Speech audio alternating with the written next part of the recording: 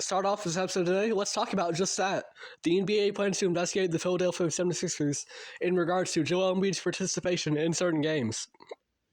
This is for Shams, so it's legit, and he's missing opening night due to injury, and Embiid has also recently just come out and said that he doesn't intend on playing back-to-backs anymore in his career. And my only question is, what does the NBA really have the power to do? Because yes, on one end, it's a shame to see one of the top players in the league consistently missing games and explicitly stating that he's not going to play in back-to-backs ever again. But on the other end, you implemented that 65-game minimum for awards like MVP, All-NBA. So if Embiid really just doesn't care about those accolades and he just wants some rest, that's ultimately his decision. You can't force him out there. And it's a shame to see, right? Because Embiid, at this point, he might just rack up all-star nods, but he might never play 65 games in a season again. I would not be surprised if that was the case. But that, at the end of the day, is his personal decision. And as a result, there's not much the league can do about it.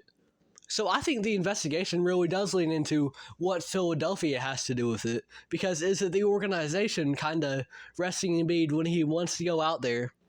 Because we saw last year, ultimately Embiid got injured, but at the start of the year, he was really pushing for MVP. He was having a great season. And this was, off the year where people said he had a fraudulent MVP, but he was really proving it. And ultimately, he rushed himself back to kind of most likely meet that 65-game requirement. And in the process, by rushing himself back, it led to a season-ending injury ultimately.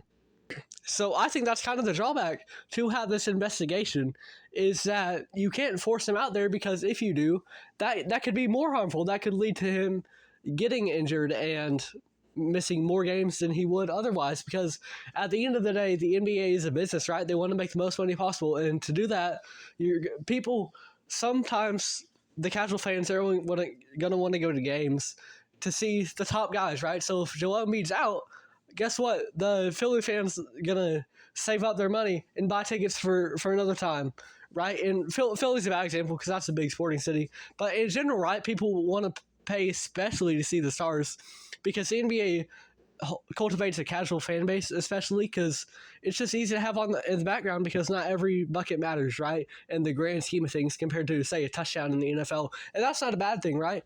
But in general, it kind of cultivates a wider casual audience than other sports do. And so they're going to pay mainly to see the top stars. A lot of fans might. So with that, you want them to play so that you can make the most money possible. However, you also cannot force them back. And if this is Joel Embiid's personal decision, he has the right to make that. And I hate to see it as a fan of the game. However, it is his decision ultimately. And if it's what he feels is best for his body, guess what? He's going to feel that right now, but he's especially going to feel that when he's retired, right? He's not going to, if he rushes himself back in 20 years down the line, and as he ages, right, he gets older and he's just kind of fading into retirement. At that point, he's well gone from the game in 20 years. What happens then? From times, he rushed himself back from injury because the league kind of pushed him to do it, right? So at the end of the day, you got to put the player's health first, and it's a bad situation.